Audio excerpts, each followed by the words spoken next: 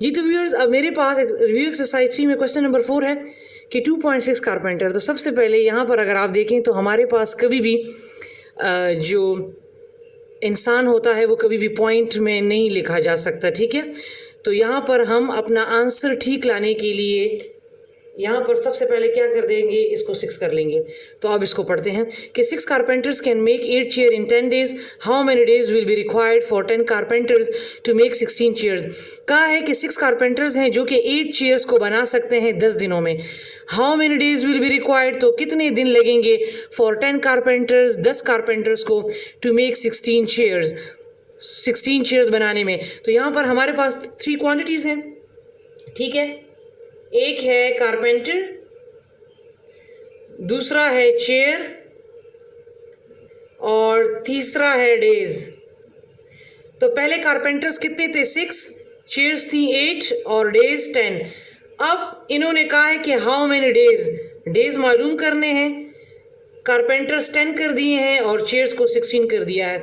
तो मैंने आपसे कहा था कि 3 क्वांटिटीज़ में जिस क्वांटिटी पर हम वैल्यू को फाइंड करते हैं, मीन जहाँ पर x होता है उसका डायरेक्शन हमेशा अपवर्ड होता है। अब इसका हम इन दोनों के साथ रिलेशन मालूम करेंगे कि आया ये इनवर्स है कि डायरेक्ट है। तो पहला हम इसके साथ मालूम कर लेते हैं।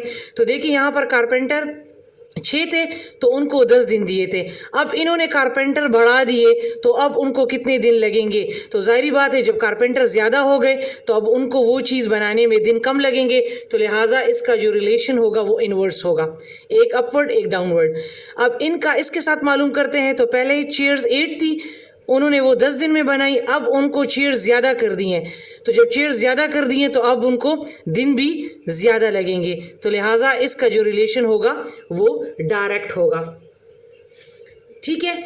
अब इसको चलते हैं सॉल्व करने की तरफ। तो देखिए मैंने आपसे कहा था कि पहले आपने अगर यहाँ पर पहले टेल लिखा और उसको हेड पर डिवाइड किया, तो यहाँ भी आपने पहले टेल लिखना है और हेड पर डिवाइड करना है, ठीक है। और इसी तरह यहाँ भी पहले टेल लिखना है और फिर हेड पर डिवाइड करना है। तो अब देखें इसकी क्रॉस मल्टीप्लिकेशन, इसकी कटिंग होती है। 2 5s are 10 और 2 8s are 16। फिर 8 से कैंसिल हो गया। अब यहाँ पर रह गया 6/5 इक्वल टू x/10। तो इसकी क्रॉस मल्टीप्लिकेशन कर लें तो ये 6 10 के साथ मल्टीप्लाई हो जाएगा और 5 जो है वो x के साथ हो जाएगा। तो हमने चूंकि x की वैल्यू को फाइंड करना है तो इसके साथ जो चीज़ मल्टीप्लाई हो रही है उसको दोनों साइड पे डिवाइड कर दें। तो 5 तो 5 के साथ कैंसिल हो गया, 6 टाइम्स 60 और ये 5 इक्वल टू x। तो 5 1 टाइम 5 एंड 5 12 टाइम्स 60। सो हमारे पास डेज कितने आ गए, 12, and this is the answer. जी तो व्यूअर्स, अब मेरे पास इसमें नेक्स्ट क्वेश्चन है कि फाइंड द प्रॉफिट और loss percentage if Saima bought a house for ₹75 lakh 40,000 and sold it for ₹92 lakh. कहा है कि आप प्रॉफिट परसेंटेज या लॉस परसेंटेज फाइंड करें अगर साइमा ने एक घर ख़रीदा 75 लाख 40,000 का और उसको बेचा 92 लाख का। तो इसका अंदाज़ा तो आप यहीं से लगा सकते हैं कि उसने घर को 75 लाख 40,000 का ख़रीदा है और उसको फिर 92 लाख पे बेचा है, तो उसको प्रॉफिट हुआ है, ठीक है।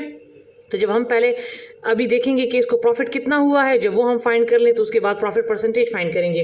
तो चलते हैं इसको सॉल्व करने की तरफ। तो देखिए हमारे पास जो कॉस्ट प्राइस है उसने जो घर ख़रीदा है वो है 75 लाख 40,000 का और उसने फिर सेल किया है, ठीक है, बेचा है 92 लाख का, ठीक है।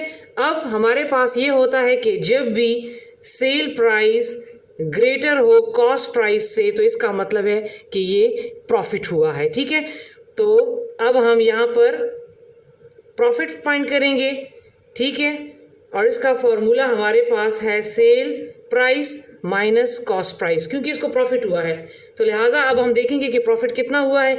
तो सेल प्राइस है 92 लाख और कॉस्ट प्राइस है 75 लाख 40,000। जब आप इसको माइनस करेंगे तो ये आपके पास आ जाएगा 16 लाख 60,000, ठीक है। तो ये तो अब आ गया प्रॉफिट।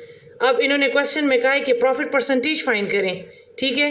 तो हमारे पास प्रॉफिट परसेंटेज का फॉर्मूला है profit divide by cost price multiply by 100। तो प्रॉफिट हमें जो हुआ है वो है 16,60,000। कॉस्ट प्राइस जो है वो है 75,40,000 multiply by 100 as it is. तो देखें इसके 40 इसके 40 से कट गए, ठीक है। अब 166 को आप 100 से मल्टीप्लाई करें तो आपके पास आ जाएगा 16600 डिवाइड बाय 754, ठीक है। तो जब आप इसको डिवाइड करेंगे तो ये आपके पास आ जाएगा 22.01%, ठीक है। So this is the answer. जी तो व्यूअर्स, मेरे पास अब रिव्यू एक्सरसाइज का ये लास्ट क्वेश्चन है कि Ahmed and Haroon started a business by sharing rupees 4 lakh and rupees 3 lakh. Ahsan joined after 6 months with a capital of rupees 3,90,000. They made a profit of rupees 40,000 at the end of year. Find the share of each in profit. कहा है कि अहमद और हारून ने एक business start किया और उन्होंने क्या किया कि उस बिज़नेस के लिए इन्वेस्टमेंट की। अहमद ने 4 लाख की और हारून ने 3 लाख की। Ehsan joined after 6 month. Ehsan ने उनको 6 महीने बाद ज्वाइन किया with a capital of rupees 3,90,000। कितने रुपीज़ के साथ? 3,90,000 के साथ। They made a profit of rupees 40,000 at the end of the year. उनको प्रॉफिट हुआ 40,000 का साल के आखिर में। Find the share of each in profit. तो बताएं कि उनको इस 40,000 में से उनका शेयर उनको कितने कितने मिले। तो देखिए, सबसे पहले यहाँ पर समझने की बात यह है कि एहसन ने 6 महीने बाद उनको ज्वाइन किया है। तो पहले हम देखेंगे कि आया एहसन की 6 महीने की इन्वेस्टमेंट क्या है, ठीक है, क्योंकि उसको प्रॉफिट जो मिलेगा वो 6 महीने का मिलेगा, ठीक है। उससे जो पहले 6 महीने थे वो जा चुके हैं। अहमद और हारून ने तो स्टार्ट में साल के शुरू में बिज़नेस ज्वाइन किया था, लेकिन एहसन ने 6 महीने बाद ज्वाइन किया है, तो लिहाजा एहसन को जो है वो प्रॉफिट 6 महीने का मिलेगा। तो पहले हम एहसन की 6 महीने की इन्वेस्टमेंट फाइंड करते हैं कि वो कितनी बनती है, ठीक है। तो ये है एहसन 6 मंथ्स इन्वेस्टमेंट, ठीक है। तो हम क्या करेंगे, ये 3,90,000 को साल में कितने महीने होते हैं? 12, जबकि ये आया कितने महीने बाद था? 6। हम 6 का फाइंड करेंगे तो उसको डिवाइड करेंगे 12 पे और मल्टीप्लाई करेंगे 6 पे, ठीक है। तो ये आपके पास, जब इसको मल्टीप्लाई करें और 12 पे डिवाइड करें तो ये आपके पास आ जाएगा 1,95,000। तो 6 महीने की जो इसकी इन्वेस्टमेंट है वो ये है। अब इस पर इसको, इस बेस पर इसको 6 महीने की इस इन्वेस्टमेंट पर इसको प्रॉफिट मिलेगा, ठीक है। अब हम जाते हैं, सबसे पहले तीनों की रेशो फाइंड करते हैं, ठीक है। तो पहला है अहमद, फिर है हारून और फिर है एहसन, ठीक है। तो अहमद ने कितनी इन्वेस्टमेंट की थी? 4 लाख, हारून ने 3 लाख और एहसन ने 1,95,000। तो देखें 30 यहाँ से कट गए, 30 यहाँ से और 30 यहाँ से। इसको 5 के टेबल पे लेकर जाएं तो 5 8 टाइम 40, 0 अपनी जगह पे, 5 6 टाइम 30, 0 अपनी जगह पे, एंड 5 39 टाइम 195। अब हम क्या करेंगे कि हम जब भी शेयर फाइंड करते हैं तो पहले हम क्या करेंगे, इनका सम करेंगे, sum of ratio equal to 80 plus 60 plus 39। तो ये आपके पास आ जाएगा 179। अब इसके बाद हम शेयर फाइंड करेंगे। तो सबसे पहले अहमद शेयर कि उसको प्रॉफिट में से कितना हिस्सा मिला, मतलब उसको कितनी अमाउंट मिली, ठीक है। तो इसका रेशो कितना था? 80, सम ऑफ रेशो 179 और प्रॉफिट कितना है?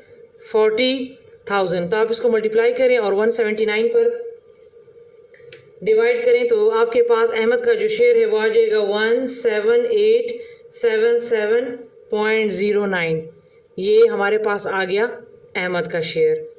ठीक है, इसके बाद हमारे पास है हारून शेयर। तो उसका रेशियो कितना था 60, सम ऑफ रेशियो 179 और प्रॉफिट कितना हुआ है 40,000। ठीक है, तो इसको मल्टीप्लाई करें और 179 पर डिवाइड करें तो आपके पास आ जाएगा 13,407.82। ठीक है, और अब इसके बाद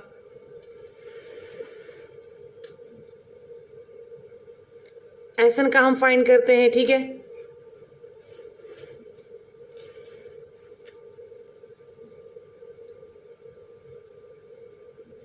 एसन शेयर, तो एसन का रेशियो कितना था 39, sum of ratio 179 and multiply by 40,000। तो जब आप इसको करेंगे मल्टीप्लाई और 179 पे डिवाइड करेंगे तो आ जाएगा 8715.08। तो अगर आप एसन ये, ठीक है, और यहाँ पर अहमद और यहाँ पर हारून, इनके शेयर को प्लस कर लें तो ये आपके पास आ जाएंगे 40,000। ठीक है, तो इनको इतना इतना शेयर मिला।